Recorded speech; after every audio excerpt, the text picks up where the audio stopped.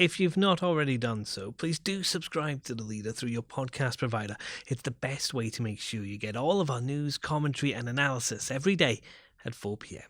Now, from the Evening Standard in London, this is The Leader. Evening Standard, it's your Evening Standard.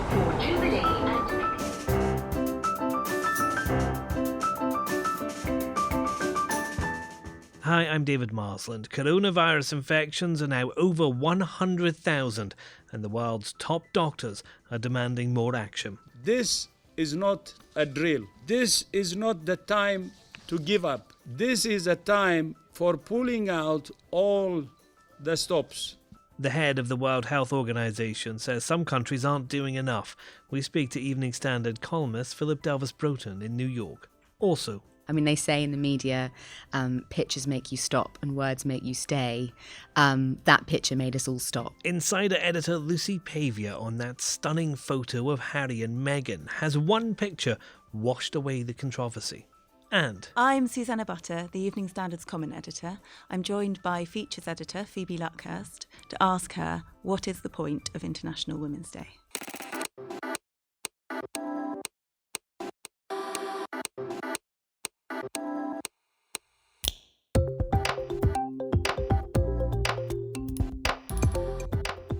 taken from the Evening Standard's editorial column, this is The Leader. For the whole thing, pick up the newspaper or head to standard.co.uk/comment.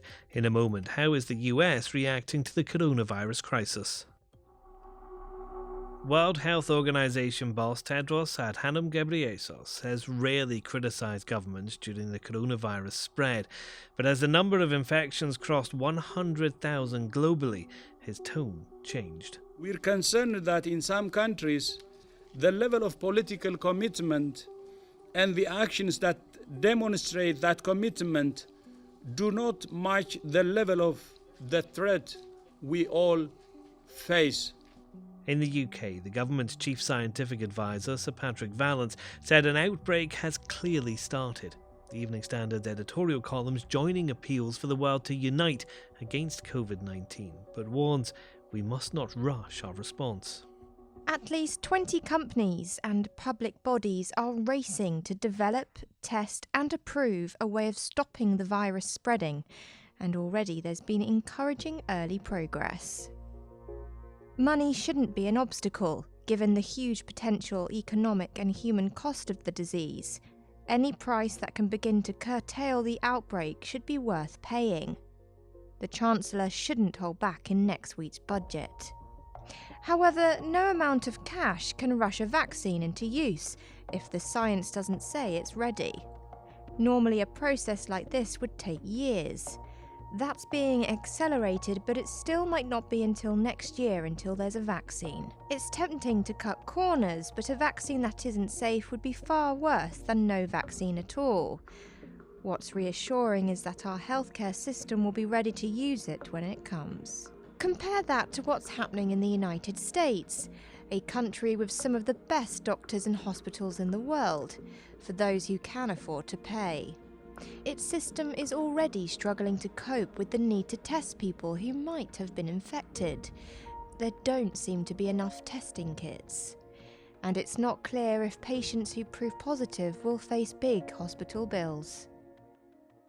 Well, the Evening Standard columnist Philip Broughton is in New York and joins me now. Philip, what's the situation with these testing kits? Why aren't there enough? Well, I think simply because this hasn't been done before and there needs to be a kind of ramping up of supply. More important than the testing kits themselves are two issues of, even if we had enough, would they be effective in detecting the presence of the virus? How many people do you need to test? Because I think one of the big issues is this thing lurks in people's bodies, and it may be there in many more people than we think. It may not be. So there's huge amounts of uncertainty here, and we're getting conflicting messages from the White House over that question of both availability and effectiveness. What are people in the States thinking about coronavirus right now and the government's response? Well, in a way, it's a case of suspended animation. I'm here in New York, and this is a place where 8 million people stuck in what's largely an island, and a sense of extreme vulnerability if this thing were to hit. So you notice things like Purell dispensers being empty, You can't buy zinc lozenges at the pharmacy. But you don't see a lot of masks. And I think a lot of people are basically waiting for a sign from local, state, federal government that they need to panic. And so far, we haven't really had that.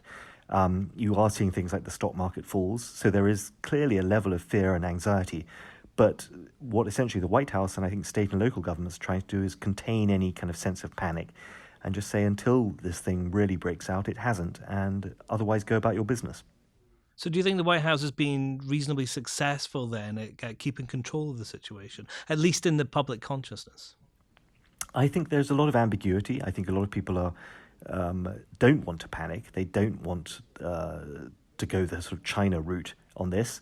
But clearly, America is such a big country. You look at a place like Seattle, which I think has all but shut down as a result of this, because that's where the most cases have been discovered. But you have large swathes of the country that are largely ineffective. And then you have a place like New York, which is waiting to see if something really nasty does appear. But right now it hasn't. So, Trump is trying to walk, as indeed many governments around the world, this balance between being responsible, not appearing to panic, and yet taking this seriously. And this is the great fear of the Trump administration for a long time, is it's all well and good when everything's going well, but what about when something really serious happens? Is he going to have the capacity to do this? Is he going to have the attention span, the abilities, the people around him to deal with something like this? And I think people are still waiting and watching on this. Well, some of those people who might be able to help him would be working for the Centre for Disease Control. And he was supposed to be having a meeting with them, wasn't he? But he's had to cancel it. You would think that would be top of his list, meeting with the Centre for Disease Control. Yes, he has cancelled it. He's delegated authority to this to his Vice President, Mike Pence. Whether this is a throw Mike Pence to the wolves answer the problem, or creating some sort of distance between himself and the problem, it's hard to know. But on the ground, you talk to people, and a lot of this is going to be a regional and local response. And I think you're looking at regional and state governments, and they're dealing with it pretty well so far, seems to be the consensus, whether it's in New England or in Washington state. There's only so many things the federal government can do. They've allocated now $8 billion to kind of address this problem. So this is very Trumpian leadership style. It's not orthodox. It's not conventional. He doesn't meet with people who he thinks he can, if he feels it's unnecessary, it's not useful to him. But this is not going to be standard practice management of a crisis. This is going to be a uniquely Donald Trump way of dealing with this. And there are lots of scientists based in the US who are working on a vaccine, or attempting to work on a vaccine, and try and get something out as quickly as they can, safely, of course. Is there a feeling that the US has a role as a world leader in finding a vaccine and finally tackling coronavirus? Well, I think there's a firm called Gilead, which is an American firm that is thought to be closest to this. Absolutely, America has the most sophisticated, medical research in the world, the most sophisticated biomedical research. So, yes, if a solution is going to come, it's probably going to come from the centers of Boston or Silicon Valley, San Diego, these places, Texas, places where medical research is the most advanced you'll find anywhere. And I think those people are working frenziedly. Not only is it necessary from a public health standpoint, someone's going to make a lot of money if they come up with an answer to this. Next. There were plenty of photographers to greet Harry and Meghan at Mansion House last night. One of them got a shot that could define the couple in their post-royal era. Well, that's how to do a comeback. Harry and Meghan captured on camera at a charity event in London. It's pouring down, the droplets sparkling behind them in the lights as a beaming Harry holds an umbrella above a smiling Meghan. You've all seen it. It was trending on social media last night. The Evening Standard's insider editor, Lucy Pavey, is with me now. Lucy, how can one image have such an impact? I mean, first of all, full credit to the photographer, Samir Hussain. I mean, what a shot. As you say, the rain was sparkling like diamonds around them. I mean, they say in the media, pictures make you stop and words make you stay. That picture made us all stop. I literally stopped. I saw it coming up on my screen on Twitter, and I can't remember who'd shared it, and they said something like, just look at this picture, and you have to just look at the picture. Of all the controversies around Harry and Meghan, this one image of the smiling couple just enjoying themselves, it almost seemed to just wash all that away, didn't it? Yes, and you know what, however you feel about Harry and Meghan, and as we know, there are plenty of opinions washing around the internet, you can't deny the sort of dazzle aspect that the Sussexes have, more than any other royal couple, really. And I thought that their body language was very us against the world. I thought that eye contact with each other under the umbrella. They love to share an umbrella. Have you noticed that? They did that in Australia. Yes. There's a picture of Meghan holding an umbrella over Harry, isn't there? Yes, yes. And then one of them strolling on the beach, and then later they're sort of cuddling under the umbrella. And obviously there's lots of metaphors you can use about, you know, the rain being the sort of public opinion that they're sort of protected against under this shared umbrella of their marriage. But I think that sort of sense of a united front, I mean, this is a couple who are walking in lockstep, both literally and figuratively. There's something quite Hollywood about them and the way they use things, which I guess, given Meghan's actress background. Yeah, and I hate to play the comparison game, but William and Kate, when they're out in public together, they don't hold hands. You'll probably notice that they don't do that if you look at pictures of them together. Harry and Meghan are far more sort of like a Hollywood couple in that respect, that they're really big on the PDAs. I don't know whether you remember their first Christmas card that they released after their wedding was them on their wedding day with their backs to the camera, watching a firework display in black and white. I think it's intimate, but it distances the viewer slightly. So it says, you know, we're letting you into this private moment, but you're not going to come between us. We have a private union that's completely in step with each other. You'll find loads of coverage and photos of Harry, Meghan and all the royals on the Evening Standard's Insider pages. Go to standard.co.uk/insider. Now, this weekend sees International Women's Day. Here's Evening Standard comment editor Susannah Butter. Happy International Women's Day. It's not actually till Sunday, but we're stretching out the celebrations to make them last all week because women are thrifty. The variety of events on offer show that feminism is a broad movement. There's a bike ride through London, a celebration of Toni Morrison, lots of discussions of equal pay, and of course novelty items on sale, including a cocktail called Consensual Sex on the Beach. But shouldn't this day be about more than that? Or should every day be International Women's Day? I'm joined by features editor Phoebe Luckhurst. Phoebe, happy International Women's Day. Happy International Women's Day to you too. What does this day mean to you? Does it still have a point? What does it mean to me? I think it's very easy to dismiss it as quite gimmicky. I mean, the list of things you just sort of reeled off, like consensual sex on the beach and free cakes and bike rides. I mean, that all sounds a bit silly. So I think on one level, it doesn't mean an awful lot.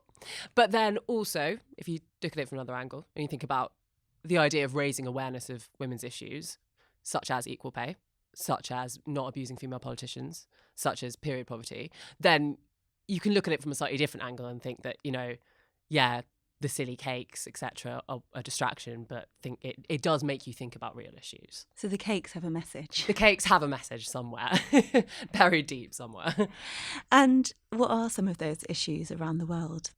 I mean, I do think, again, equal pay, perhaps that's a sort of slightly privileged Western position to take, but equal pay we still are very far away from. And also equal rights in workplaces, women's ability just to go to work and not be sexually harassed. I mean, we've just had the Harvey Weinstein case, and I think that has really emphasised again that there are difficult working conditions for women across the world, and one of them might be that you're sort of targeted by a sex attacker, and one of them might be that you have to work long hours and aren't paid for them. So I think that, again, if it raises awareness of issues like that, then it's doing some good in the world. And it's all interlinked. It's totally all interlinked. Yeah, you look at period poverty is in some ways linked to equal pay. It's a huge kind of spectrum of issues across, countries, and yeah, that all does all link together.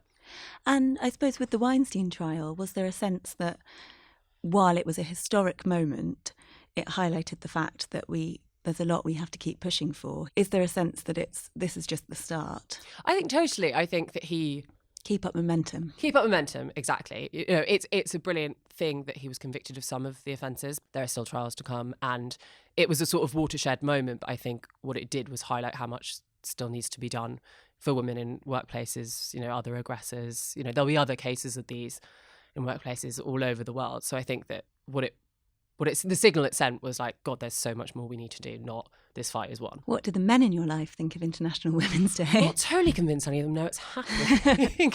Again, I'm sure they would roll their eyes, probably rightly, at things like cocktails and bike rides and cakes, etc. But I would like to think that none of the men I spend any time with would disagree that we need to have equal pay.